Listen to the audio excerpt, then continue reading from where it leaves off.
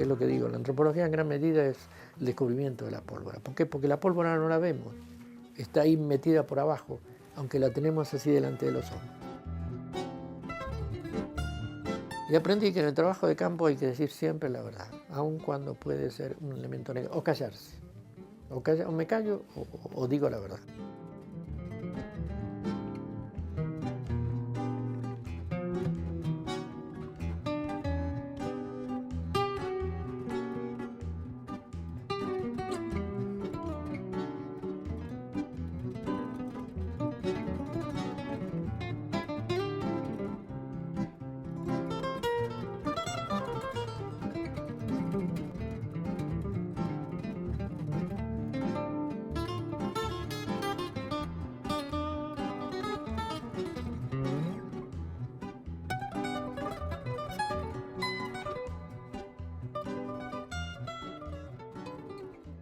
Bueno, yo me llamo Eduardo Luis Menéndez Espina y nací en un pueblito muy pequeño que se llama 9 de Julio, en la provincia de Buenos Aires, Argentina. Yo nací el 12 de diciembre de 1934. A los 3 meses ya fui a Buenos Aires y en Buenos Aires viví toda mi vida hasta que vine para México, en 1976. Y mi papá es español y mi mamá es hija de italianos. Es decir, yo soy hijo de la migración, como el 90% de los argentinos.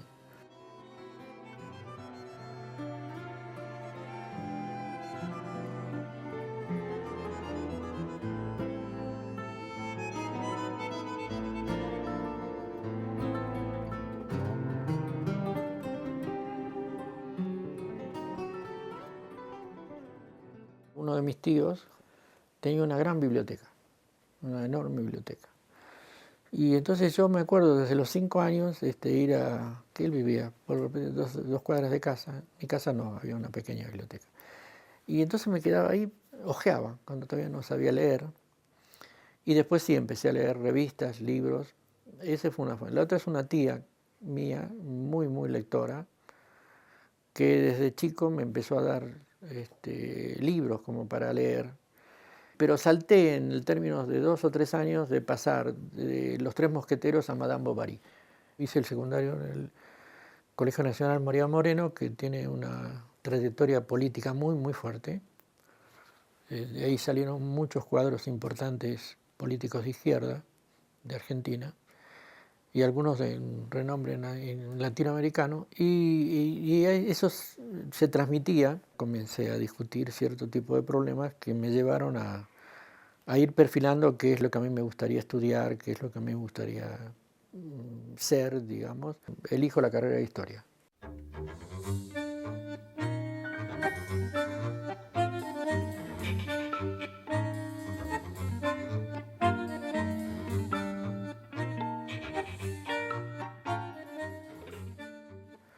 Entro en la carrera de Historia en la Facultad de Filosofía y Letras de la Universidad de Buenos Aires y con una cierta participación en la política estudiantil. Mientras estoy haciendo yo la carrera, en el tercer o cuarto año, ya no recuerdo, llevábamos a cabo 2 materias. Una era Introducción a las Ciencias Antropológicas y otra era Etnología General. Y tanto a mí como a 3 o 4 compañeros nos sedujo el tema, la problemática, pero no existía carrera de antropología. En Argentina, en ninguna parte existía la carrera de antropología. Y entonces comenzamos a hablar con profesores, concretamente 2, que sí, ellos tenían la idea de crear una carrera, tenían en la cabeza un programa. Entonces se aprobó, se creó la carrera, es decir, la antropología que dominaba en la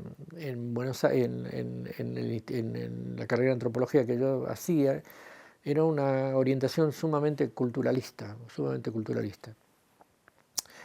y nosotros comenzamos, sobre todo en relación con gente de sociología, pero también de historia social, a recuperar una dimensión más económico-política.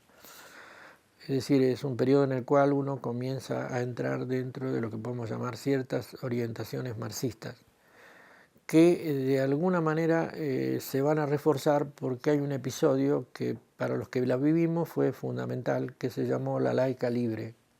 Y es el hecho de que el Estado argentino por primera vez se plantea la creación y financiación de universidades privadas. Y eso dio lugar al enfrentamiento laica, libre. Libre éramos los reformistas, los que no estábamos de acuerdo con la educación, no digo religiosa cristiana, sino de ninguna orientación privada. Y fue una cuestión muy fuerte porque condujo a enfrentamientos físicos muy duros entre los que defendíamos la Universidad del Estado y los que defendían la universidad privada. Para mí fue un parteaguas, no solamente para mí, sino para mucha gente, en lo que podemos llamar un proceso de ideologización que condujo a muchos a buscar una participación política fuera inclusive de la universidad. Me entero, digamos, de que en Argentina había en sociología, en la carrera de sociología, que el instituto estaba dirigido por Gino Germani, que es un gran sociólogo, y entonces él quería tener una visión antropológica, no solamente sociológica de la migración, y entonces se forma un equipo de 6 personas para estudiar la migración en un estado que se llama Entre Ríos, y donde yo hago mi primera experiencia de campo realmente importante.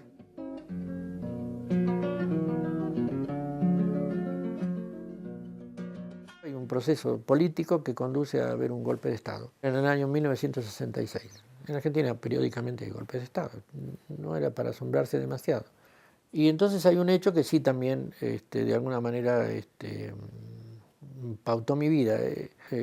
Toda una serie de profesores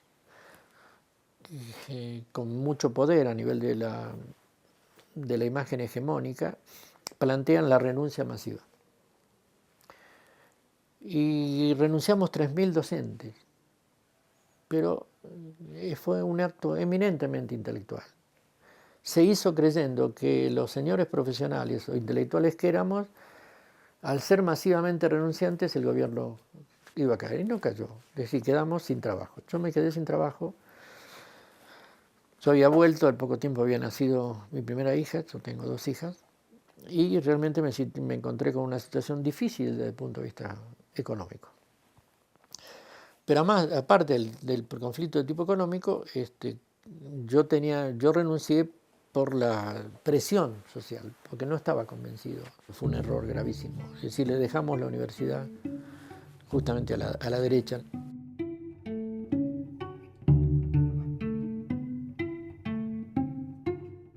Me llama, por suerte, uno de los mejores sociólogos que ha dado Argentina, que es Eliseo Verón.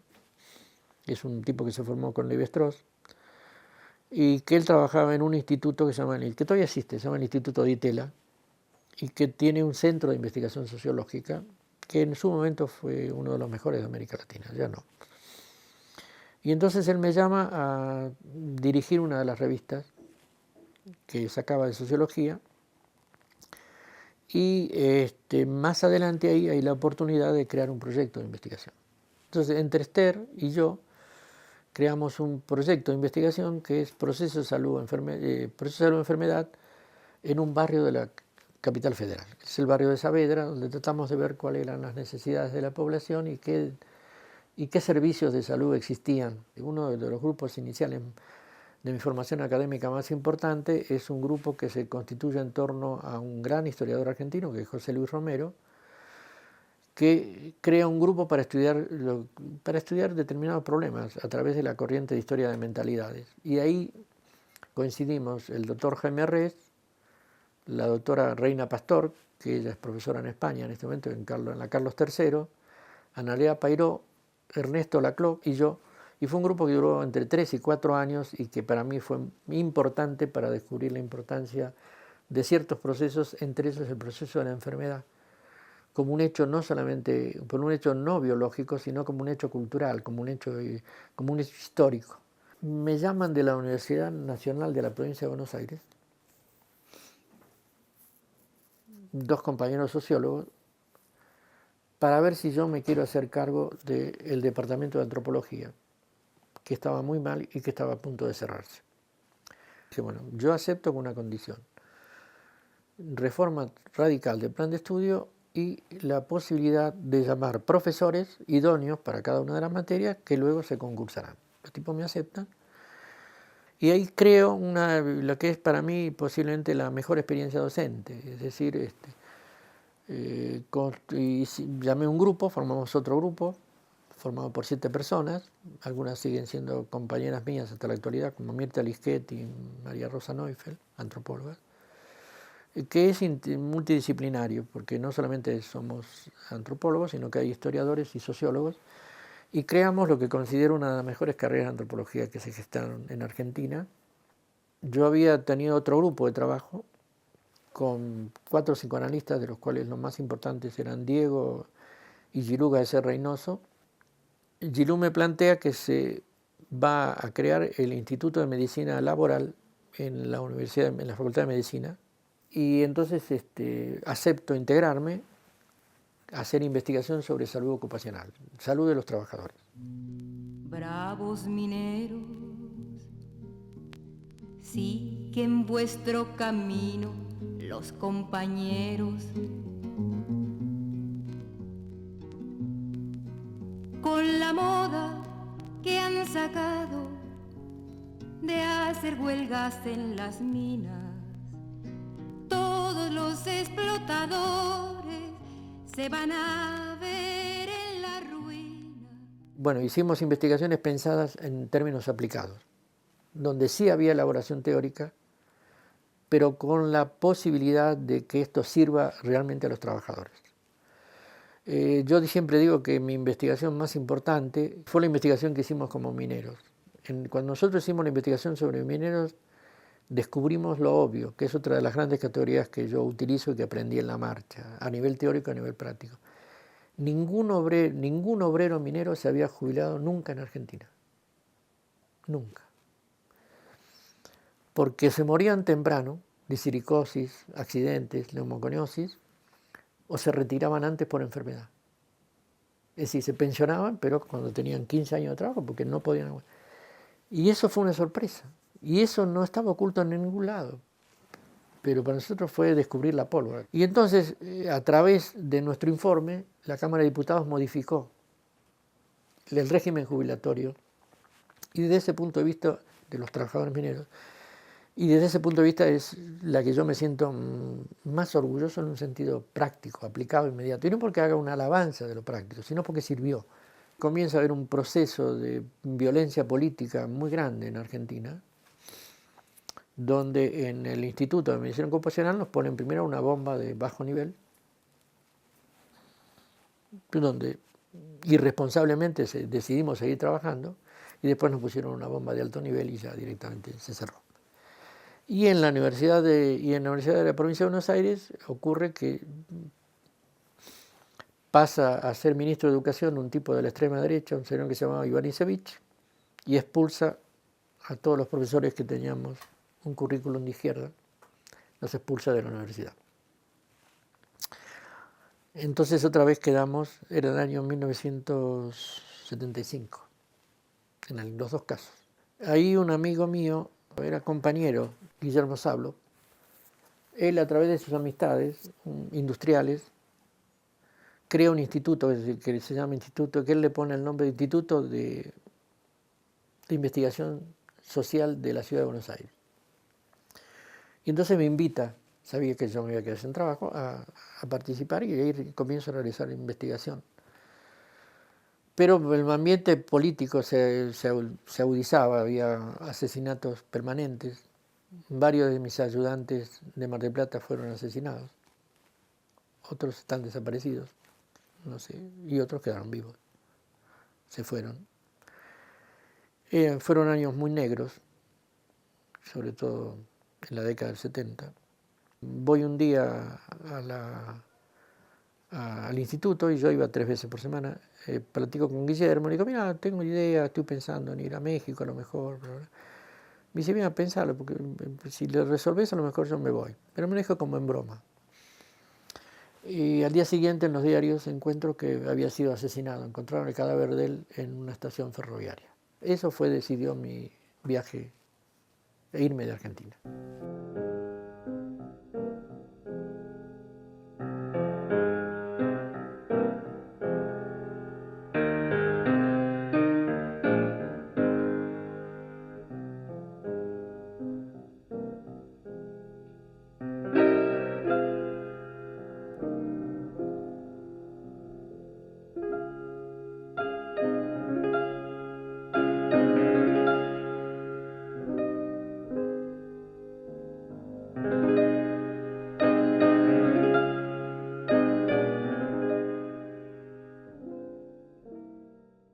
mucho cine, me gusta mucho, mucho el cine. Más yo soy de la generación donde apareció Bergman, donde apareció Fellini, donde apareció Kurosawa, es decir, pertenezco a la generación de lo que yo considero posiblemente el mejor cine que se ha producido masivamente. Y desde ese punto de vista sí me gusta mucho el cine y soy un fanático del teatro y eso sí me apena. Cuando yo llegué a México había un excelente teatro. Había directores ¿cómo se llaman? Como Margulis, que murió no hace mucho. Ahora acaba de morir el maestro Mendoza, pero Ani Castillo murió hace ya 15 años y no han sido reemplazados. Yo ahora cada vez que hay alguna directora que me gusta mucho, como es Sandra Félix, pero hay muy pocos buenos directores. Yo, por ejemplo, a Cantinflas lo odiaba, no lo podía aguantar. Yo lo veía en Argentina de chico, lo veía, de adolescente, no lo podía. Y cuando vine a México lo entendí. Pero en la televisión, las viejas películas de los 40 y 50, y esa película me parece genial, y él me parece genial. Pero hay que estar en México, si no, de afuera no se puede entender a Cantinflas. Señores del jurado, no quiero tampoco. ¿Por qué? Mire usted, a usted le consta, a usted lo conozco muy bien, señor. Yo no quiero tampoco que se me tome y se me subaque en esta forma, porque soy macho en cualquier terreno. Y a mí no. Yo pido que se fusile al señor este y al otro señor y a todos. Y usted, contra usted no pido nada, porque ya me cansé materialmente. Yo llegué a México y fui a la casa de Gilú, que ya había migrado antes, y García Reynoso, Gilú y Diego, en Coyoacán. Y yo nunca más me moví de Coyoacán. Yo he vivido permanentemente desde 1976 hasta la actualidad en Coyoacán. Y vine con la idea de poner una librería. Y yo un poco en broma, un poco en serio, le digo, miren, yo no soy ni argentino ni mexicano, yo soy coyoacanense. Porque en el fondo lo creo así. Es decir, yo cuando yo voy todos los años a Argentina y al poco rato ya extraño. Y extraño sobre todo Coyoacán. Me gusta mucho Coyoacán, la gente, el barrio.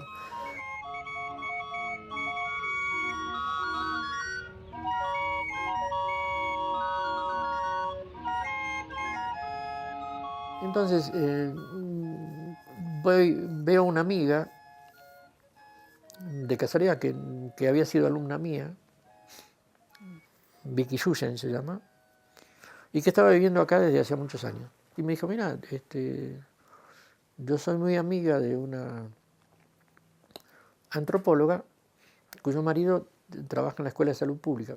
Entonces a lo mejor hay posibilidades. Entonces me presenta al doctor Ricardo Lueve, que sigue siendo uno de mis mejores amigos mexicanos, y Ricardo me plantea la posibilidad de trabajar en la Escuela de Salud Pública. Y empiezo a trabajar en la Escuela de Salud Pública a los 2 meses de haber llegado a México. Y conozco a la de mis mejores amigas, y que es una de las grandes antropólogas mexicanas, Victoria Novello, y vi que trabajaba en el CICINA. Entonces me dice, una noche estábamos hablando, y dice, ¿por qué no hablan, no solamente a mí, sino a Ricardo, porque no hablan con Guillermo Bonfil, que era el director del CICINA? Y entonces fuimos a hablar con Guillermo, y Guillermo entonces me plantea que hagamos una investigación y que además me venga al CICINA.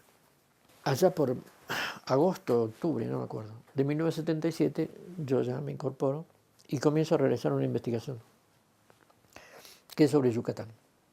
En el interín yo hago toda una serie de pequeños estudios diríamos, de servicio de salud, que me permite ir conociendo la realidad mexicana bastante a fondo. Generalmente lo que estudiábamos era, bueno, de qué se enferma la gente y qué es lo que demanda, ¿no? Cuando de alguna manera termina Yucatán, yo me planteo empezar a profundizar algo que yo venía desarrollando desde principios de los 70 en Argentina, que es lo que yo digo modestamente, uno de mis aportes, muy influenciado en particular por Gramsci, que es lo que llamo los modelos de atención y sobre todo los modelos hegemónicos y los modelos subalternos de atención a la enfermedad. Yo creo un concepto que se llama modelo médico hegemónico, que yo digo que es mi mayor éxito, porque ese concepto es anónimo. Sobre todo en América del Sur se utiliza intensamente, en Brasil, Argentina, Chile, pero nadie me cita, lo cual es lo mejor que puede ocurrir, porque se ha transformado, digamos, en parte del lenguaje coloquial académico. Y gran parte de lo que lo usa es el personal de salud, además, los investigadores epidemiólogos. Y terminado Yucatán, lo que me planteo es hacer una investigación amplia, profunda, extensa, donde justamente ponga a prueba varias de mis ideas sobre la consistencia de este concepto. Y elijo para estudiar el, entre comillas, alcoholismo, y entonces desarrollo durante alrededor de 17, 18 años una investigación sobre el proceso de alcoholización, que dio lugar a una investigación que duró como en total 2 años y medio aproximadamente, y que dio lugar a varios libros, decenas de artículos, que de alguna manera en muchos me reconozco y en otros mejor no los hubiera escrito. Pero eso de alguna forma es un hecho casi fatal. Cuando yo estoy acabando digamos, la última etapa del proceso de alcoholización, recibo un correo de un antropólogo que es el doctor Charles Briggs. Y tenemos una charla y él me dice que está desarrollando, junto con otro gran investigador norteamericano, Dan Hall, una investigación sobre medios y salud. Y que entonces me invitaba a desarrollar algo parecido, pero en México. Uno de los hechos que más aprendí, que más destaco además en la investigación, es justamente la imagen que se ha construido, legítima en gran medida, de que los medios son alarmistas. Pero lo que descubrimos es que los académicos somos más alarmistas que los médicos. Porque además, como creemos tener el prestigio académico, creemos que tenemos el derecho a decir una cantidad, entre comillas, de barbaridades en términos académicos. En el interín yo desarrollé, de todos estos años, junto con mis investigaciones concretas, una labor, por así decirlo, de reflexión metodológico-teórica, que dio lugar a la publicación de varios textos míos, de los cuales creo que los más relevantes, para mí, a lo mejor para los demás no, son dos. Uno que se llama La parte negada de la cultura, que es un texto de reflexividad teórica bastante interesante a mi juicio, y otro que se llama algo así como Estructuras y sujetos, que es un texto más de tipo metodológico. La constitución y pertenencia a grupos para mí fue siempre muy importante. Y uno de los lugares donde me invitaron, y sigo siendo profesor hasta la actualidad, es justamente la Universidad Rovira Virgili de Tarragona, España, donde sobre todo recupero la figura de dos grandes antropólogos y queridos amigos, que son Josep María Comelles y Oriol Romaní, y que ellos tuvieron, no sé, yo llamo la gentileza o el cariño que tienen por uno, de proponerme justamente para tener el doctorado honoris causa, que me dieron, digamos, y que me sentí muy raro porque me tuve que vestir, digamos, de una manera que para mí es muy extraña, aunque mirada después de afuera es simpática, ¿no?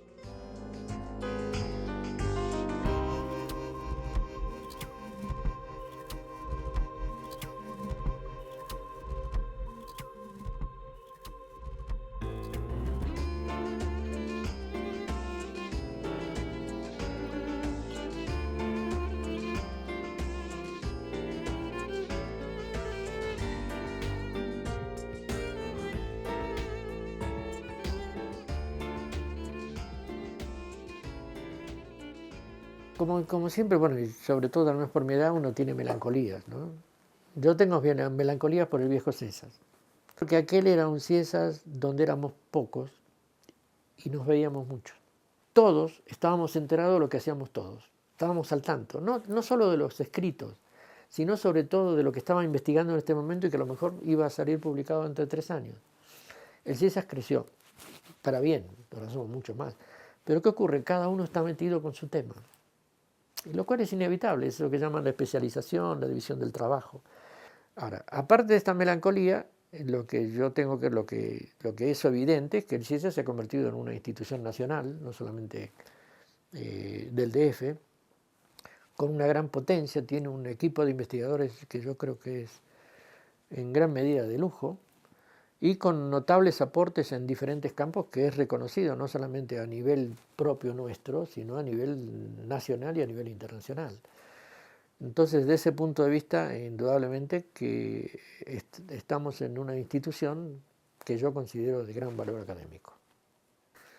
Si bien vuelvo todos los años a Argentina a dar un curso, todos los años vuelvo, mi vida está planteada en México y donde está mi familia, donde están mis nietos, mis hijas, mi esposa y mis amigos. Y me quedaría acá.